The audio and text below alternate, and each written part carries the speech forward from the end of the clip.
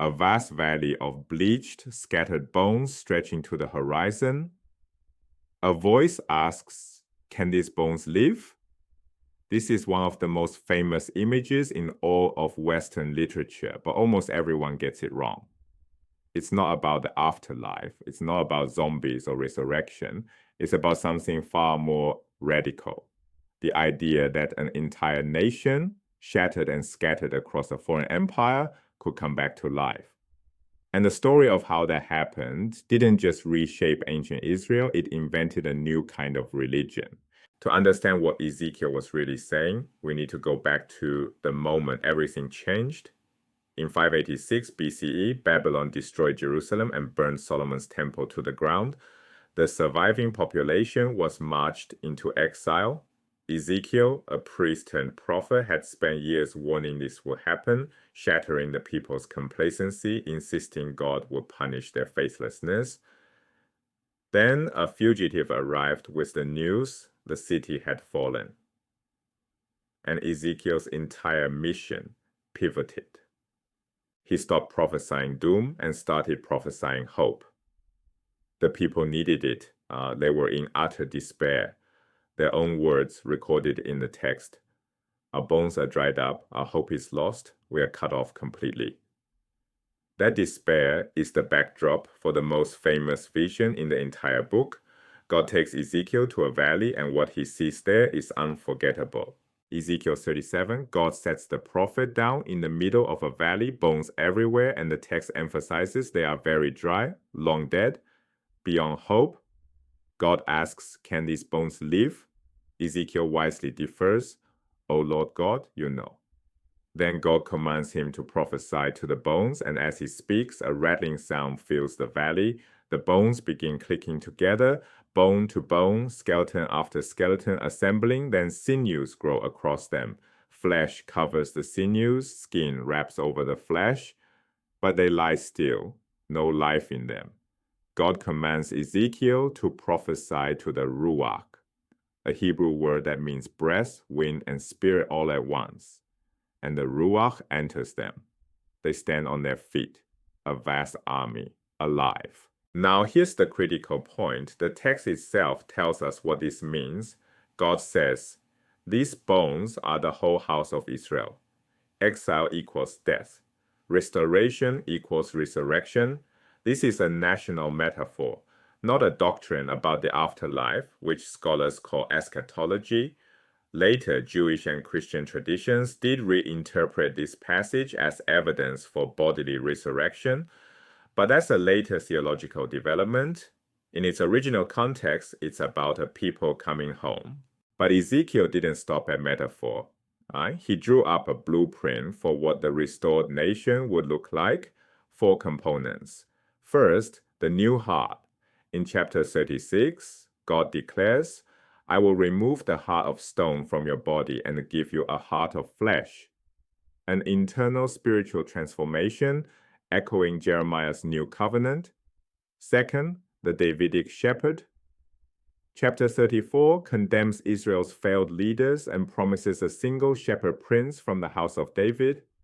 Third, reunification. In another vision, 2 sticks, representing Judah and Israel, become one in Ezekiel's hand. 1 nation, 12 tribes restored. The 4th component is the most elaborate. Ezekiel's final 9 chapters describe a rebuilt temple in extraordinary architectural detail, measurements, gates, courtyards, altars. But this is no engineering document, it's theological imagination. The land is divided into perfectly equal horizontal bands, one for each of the 12 tribes, some of which no longer existed as identifiable groups.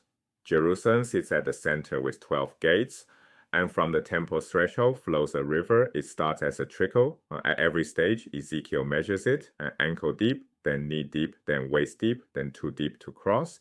This river flows east, reaches the Dead Sea, the saltiest, most lifeless body of water in the region, and that turns it fresh. Fish teem in it. Trees line its banks. The temple is the cosmic center, and the divine blessing flows outward from it to heal a broken world. This is utopian literature, a vision of how things should be. One important note, Ezekiel's vision has an exclusivist streak. Only Zadokite priests, descendants of Zadok, Solomon's high priest, preside over the temple. Regular Levites are demoted to support roles, and foreigners are barred from the sanctuary entirely. Not everyone in the post-destruction era shared this view, but Ezekiel drew sharp boundaries around holiness. Ezekiel's temple was a vision of the future, but the exiles needed something for the present, and what they created changed the world. With the temple destroyed and sacrifice impossible, how do you worship God? The exiles invented something unprecedented. Prayer replaced sacrifice 3 times daily facing Jerusalem. Synagogues emerged as communal worship spaces. The word diaspora means a community living outside its homeland, and these diaspora communities needed no altar and no priest. Sabbath observance grew in importance as a portable sign of the covenant. You can keep Sabbath anywhere on earth. And for the first time in recorded history, non-Jews voluntarily converted to the religion of Israel, not because they lived in the land and had to follow its God, right? But out of genuine religious conviction. The old system required a temple, hereditary priests, animal sacrifice, and residence in the land. The new system required none of those things. As one scholar put it, as the history of the nation of Israel came to an end, the history of Judaism as a religion began. So let's step back and see what Ezekiel and the exiles accomplished.